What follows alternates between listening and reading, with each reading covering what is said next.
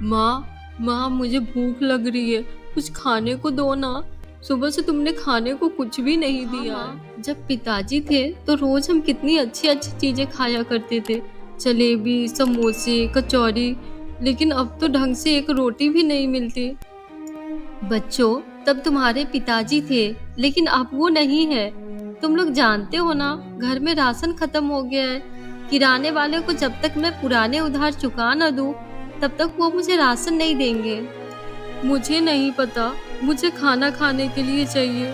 भूखे पेट मेरे पेट में दर्द हो रहा है। दामिनी से अपने दोनों बच्चों की ऐसी हालत नहीं देखी जा रही थी। दामिनी का पति आकाश एक फौजी था जो देश की रक्षा करते हुए जंग में शहीद हो गया। पति की मौत के बाद दामिनी और दामिनी के दोनों बच्चे साक्षी और सक्षम की जिंदगी में बहुत बड़ा बदलाव आ गया था। आकाश के जाने के बाद दामिनी को काफी परेशानियों का सामना करना पड़ता था। अपने बच्चों की बात सुनकर दामिनी की आंखों में आंसू आ जाते हैं और उसे वो पल याद आते हैं जब उसके पूरे परिवार में सिर्फ खुशियां ही खुशियां थी। मैं आ गया बच्चों, देखो मैं तुम दोनों के लिए क्या लेकर आया हूँ। पापा आ गए, पापा आ गए। पापा, आप हमारे लिए क्या लेकर आए हैं? मैं अपने प्यारे बच्चों के लिए बहुत सारी चीजें लेकर आया हूँ। आप आ गए? कैसे हैं आप? मैं ठीक हूँ। कितना समय हो गया तुम लोगों से मिले हुए, लेकिन मैं इसमें कर ही क्या सकता था। देश को मेरी जरूरत है। मैं जानती हूँ, और मुझे गर्व है कि मैं इतनी बहादुर फौजी की पत्नी हूँ। दामिनी इन सारी बातों को याद करते हुए रोने लगती है कि तभी उसे ख्याल आता है कि उसके बच्चे भूखे हैं। इसलिए दामिनी अपने आंसू पोंछकर बाहर खाने की तलाश में जाती है। हे भगवान, कितनी बेशरम औरत है ये। इतनी बार बेइज्जती करी है, लेकिन दोबारा भीख मांगने आ गई। कितनी बार कहा है तुझे कि दुकान पर तभी आना जब पुराना उधार चुका दो, लेकिन नहीं। ये कोई सरकारी किराने की दुकान नहीं है कि जब चाहो उठकर फ्री में राशन ले जाओ। यहाँ राशन लेने के लिए पैसे लगते हैं, समझी? भाई साहब, आप जानते हैं ना कि मेरे घर के हालात कैसे हैं। मेरे पति के जाने के बाद घर में पैसों की काफ़ी परेशानियां आ गई है। मैंने कई जगहों पर काम ढूंढने की कोशिश की, लेकिन मुझे कहीं पर भी काम नहीं मिला। मेरे बच्चों ने सुबह से कुछ नहीं खाया है। भगवान के लिए मेरे बच्चे पर रहम कीजिए। यहाँ से 2 मिनट में दफा नहीं हुई तो धक्के मार के सबके सामने तुझे यहाँ से निकालूंगा। चल भाग यहाँ से, और आइंदा बिना पैसों के मेरे दुकान के आसपास भी कहीं नजर आई तो देख लियो। किराने वाले की बात सुनकर दामिनी रोते हुए वहां से चली जाती है।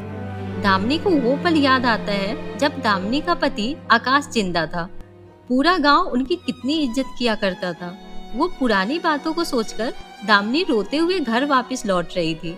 तभी रास्ते में दामिनी देखती है कि 15 अगस्त आने की तैयारियां चल रही है, जिस वजह से लोग गरीबों को खाने पीने की चीजें बांट रहे हैं। ये सब देखकर दामिनी जल्दी से वहां जाती है और कुछ खाने पीने की चीजें अपने बच्चों के लिए लेकर घर आ जाती है। माँ, तुम ये खाने पीने की इतनी सारी चीजें कहाँ से लेकर आई हो? तुम्हारे पास तो पैसे नहीं थे ना? हाँ बेटा, लेकिन रास्ते में कुछ लोग 15 अगस्त के आने की तैयारियों में गरीबों को ये सारी चीजें बांट रहे थे, इसलिए मैंने भी इसे ले लिया। चलो अब जल्दी से खा लो। हाँ माँ, 15 अगस्त आने वाला है। हमारे स्कूल के टीचर भी बता रहे थे। माँ, जब पिताजी थे तो 15 अगस्त पर हमारे लिए रंग बिरंगे पतंगे लाया करते थे, और साथ ही साथ हमारे लिए नए कपड़े भी लाते थे। पिताजी और हम मिलकर साथ में पतंग उड़ाते थे और कई सारे मिठाइयाँ भी खाते थे। काश पिताजी होते तो इस साल भी हम सब पतंग उड़ाते। माँ, 15 अगस्त आने वाला है, इसलिए मेरे दोस्त रोज पतंग उड़ाते हैं। मेरा भी मन करता है पतंग उड़ाने का। मुझे भी पतंग लाकर दो ना। मैं भी अपने दोस्तों के साथ मिलकर पतंग उड़ाऊंगा। मैं इनके खाने का इंतजाम नहीं कर पा रही हूँ, तो पतंग मैं कहाँ से लाऊंगी? भगवान, ये आप हमें कैसे दिन दिखा रहे हैं? तूने एक पल में हमारी सारी की सारी खुशियाँ छीन ली, मुझे विधवा कर दिया, मेरे बच्चों के सर पर से पिता का साया हटा दिया। सारा गांव हमसे नफरत करता है, कोई सीधे मुंह हमसे बात नहीं करता। मेरे बच्चे छोटे छोटे चीजों के लिए तरस रहे हैं। हे भगवान, मैंने सुना था कि तेरे घर देर है अंधेर नहीं, तो फिर हमारी इतनी क्यों परीक्षा ले रहा है? इतना कहकर दामिनी फिर से पुरानी बातों को याद करने लगती है। दामिनी देखना, आज तो मैं ही सबकी पतंग काटूंगा। नहीं माँ, आज मैं सबकी पतंग काटूंगा। पापा, आप अपनी पतंग मुझसे बचा कर रखना, कहीं कट न जाए। अच्छा बेटा, अब देखो तुम, मैं कैसे तुम्हारी पतंग काटता हूँ। क्या आप भी ना बच्चों की तरह हरकतें कर रहे हैं? दामिनी, तुम तो जानती हो ना, ये हरकत करने के लिए भी मुझे पूरा साल इंतजार करना पड़ता है। सिर्फ 1 महीने मिलता है मुझे तुम लोगों के साथ। मैं इस 1 महीने में पूरा 1 साल जीना चाहता हूँ। बच्चों, जैसा कि आप सब जानते हैं, कुछ ही दिनों में 15 अगस्त आने वाला है। 15 अगस्त के लिए हमारे स्कूल में एनुअल फंक्शन हो रहा है। जिसको एनुअल फंक्शन में पार्टिसिपेट करना है, वो बच्चे मेरे पास आकर अपना नाम लिखवा दे। स्कूल टीचर विजय के कहने पर सारे क्लास के बच्चे अपना नाम लिखवा देते हैं, लेकिन साक्षी और सक्षम अपने सीट पर ही बैठे रहते हैं। जिसे देखकर विजय कहता है, क्या हुआ बच्चों, तुम दोनों वहाँ क्यों बैठे हो?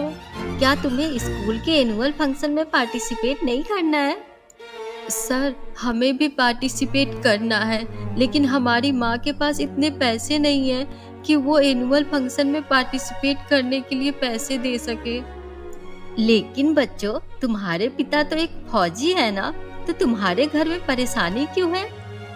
वो हमारे पिताजी जंग लड़ते हुए शहीद हो गए।